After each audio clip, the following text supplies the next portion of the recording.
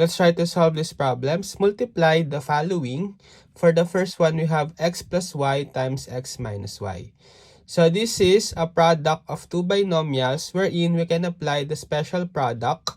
So if we are given the product of two same terms, first and second term, and we have a plus and minus, so the shortcut of this product is just the difference of the squares of the first and the square of the second. So we just square the first term, x, so that's x squared, then minus the square of the second term y, so we have y squared. For the second one, we have x plus 2 times x minus 2. So again, we can apply the special product. So we have the same first term x and the same second term 2, and we have plus and minus. So we need to square the first x, so that's x squared. Then minus the square of the second term 2, so we have 2 squared. So simplifying 2 squared, it means 2 factors of 2 or 2 times 2, that's 4. So the final answer is x squared minus 4. For the third one, we have 2x plus 3 times 2x minus 3. Again, we have same first term, same second term, and we have plus and minus. So we can apply the shortcut. So square the first term, 2x, quantity squared, then minus the square of the second, which is 3. So we have 3 squared. So 2x squared, it means 2x times 2x, so that will be 4x squared. Or applying the power of a product law, you can distribute the exponent 2 to every factor. So we have 2 squared, x squared, minus 3 squared. Simplifying, we have 2 squared, that's 2 times 2 or 4.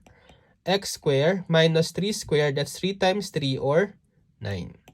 For the next one, we have 5x plus 4y times 5x minus 4y.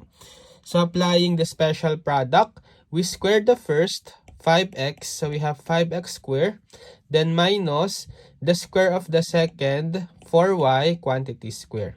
Again, applying the power of a product law, so 5x quantity squared, that's the same as 5 squared, x squared. Distribute the exponent of 2.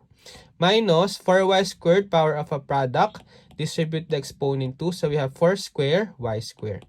5 squared, that's 5 times 5 or 25, x squared. Minus 4 squared, that's 4 times 4 or 16, y squared. So this is the final answer. For the last problem, we have 3x squared plus 2y cubed times 3x squared minus 2y cubed. So we can apply the difference of 2 squares shortcut. So you square the first, we have 3x squared minus the square of the second, 2y squared. Again, applying power of a product law, distribute the exponent. So we will have 3 squared, x squared, quantity squared. Minus, likewise here, applying power of a product, distribute the exponent 2. So we have 2 squared times y cubed squared. And then simplifying, we have 3 squared, that's 3 times 3 or 9. For x squared squared, we can apply this time the power to power law. So we copy the same base x and we raise it to the product of these two exponents. 2 times 2, that's 4. Minus 2 squared, that's 4. Then y cubed square, again power to power law. Y raised to the product of 3 times 2, that's 6. So therefore, this is the final answer. Okay, now it's your turn to try to solve this problem and just comment your answer.